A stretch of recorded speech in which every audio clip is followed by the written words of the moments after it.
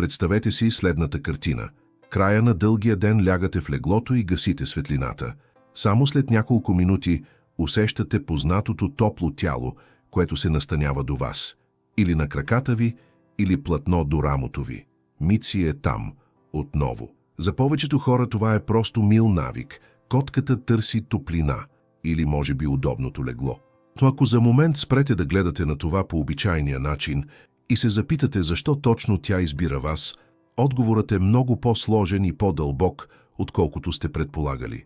Защото науката разкри нещо, което преобръща напълно традиционното виждане за котките. Дълги години котките бяха описвани като самодостатъчни създания. Животни, които поносят присъствието на хората, но не се нуждаят от тях емоционално. Разликата между куче и котка се смяташе за проста. Кучето обича, котката търпи. Тази идея не е просто непълна, тя е погрешна. Ако Елена гледа как Мици всяка вечер се настанява плътно до нея, тя не наблюдава животно, което случайно е избрало топлото място. Тя наблюдава нещо много по-сложно – акт, вкоренен в еволюцията, в неврохимията и в психологията на привързаността. Изследователи от университета в Линкълн в Обединеното кралство са провели серия от проучвания върху поведението на котките и тяхното отношение към хората. Резултатите бяха изненадващи дори за самите учени. Котките разграничават добре познатите им хора от непознатите и реагират по различен начин на присъствието им. Те разпознават не само миризмата и гласа на стопанина си, разпознават ритъма на присъствието му. Проучване на Виенския университет, публикувано в научното списание PLOS ONE, показа нещо още по-интересно. Котките, живеещи в домашни условия, развиват поведенчески модели, много сходни с тези, наблюдавани при деца по отношение на майчината фигура. Те използват човека като сигурна база, точка, от която изследват света и към която се връщат. Когато котката избира да спи до вас, тя не просто търси топлина, тя избира своята сигурна база. За да разберем това поведение наистина, трябва да погледнем отвъд видимото и да влезем в неврохимията. При физически контакт между котката и човека и при двете страни се освобождава окситоцин, хормонът, свързан с привързаността и доверието. Същата молекула, която укрепва връзката между майка и дете, се активира и когато Мици се свива плътно до Елена и затваря очи. Освен това, мозъкът на котката притежава амигдала, структурата, отговорна за обработката на страха и безопасността. Когато котката е в присъствието на човек, към когото изпитва доверие, активността в амигдалата намалява. Физиологично тя е в режим на спокойствие.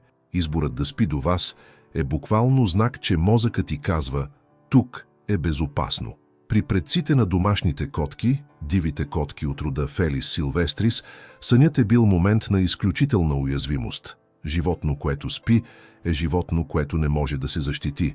Затова дивите котки спяха скрити, сами, на места, недостъпни за хищници. Фактът, че днес домашната котка избира да спи до вас, означава, че вие сте преминали прага, отвъд който тя не се чувства уязвима. Вие сте стали нейната защита. Но тук идва детайлът, който наистина може да промени начина, по който гледате на своето животно. Котките не общуват само чрез поведение, те общуват и чрез позиция. Изследователи, изучаващи котешкото поведение в домашна среда, установиха, че точното място, което котката избира да заеме до вас, не е случайно. То носи информация. Ако котката се настанява при краката ви, тя запазва известна автономност, тя е близо, но е готова да реагира бързо. Ако се настанява плътно до гърба ви или на гърдите ви, тя предлага нещо различно. Тя се поставя в позиция на взаимна защита, пази ви и позволява да я пазите. Котките, спящи директно в контакт с лицето или шията на стопанина, правят нещо рядко и значимо. Те имитират поведение, запазено при диви котки за контакт с малки или с доверени членове на групата. Мици не просто спи до Елена. Мици я е включила в своята вътрешна карта на безопасните същества. Разбирането на това поведение отваря прозорец към нещо, което повечето стопани не са забелязвали. Котките ни говорят постоянно, само че на език, за който никой не ни е учил. Затвореното очи в присъствието на човека е знак на доверие. Бавното мигане е жест на спокойствие. Заемането на пространство до вас по времето на сън е израз на социална близост. много по-дълбока, отколкото котките обичайно изразяват. Ако вашата котка редовно ви избира като спален партньор, тя не го прави, защото сте топли.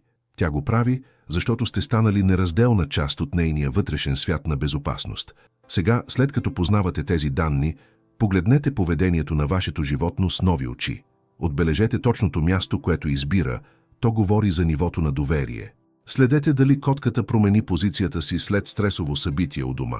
Ако се отдалечи, нещо в средата я е накарало да се върне към по-висока бдителност.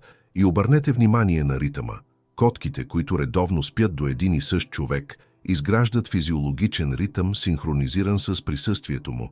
Тялото им регистрира вашето присъствие и то реагира на него. Има нещо дълбоко трогателно в осъзнаването, че животно, напълно способно да избере осамотението, е решило, че иска да бъде до вас в момента на най-голяма уязвимост. Сънят е интимен и котката, която споделя съня си с вас, ви е дала нещо, което не дава лесно – достъп до вътрешния кръг на доверието. Следващия път, когато Мици се свие до Елена или когато вашата котка намери своето място до вас, знайте, че това не е случайност, не е навик, не е просто търсене на топлина, това е избор.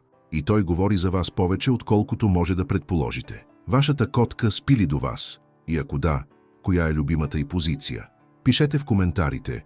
Любопитни сме да открием дали моделите, описани в науката, съвпадат с това, което наблюдавате у дома. Ако тази гледна точка е променила нещо в начина, по който гледате на поведението на котката си, абонирайте се за канала. Всяка седмица разглеждаме поведението на домашните любимци именно по този начин. Не с умиление, а с наука.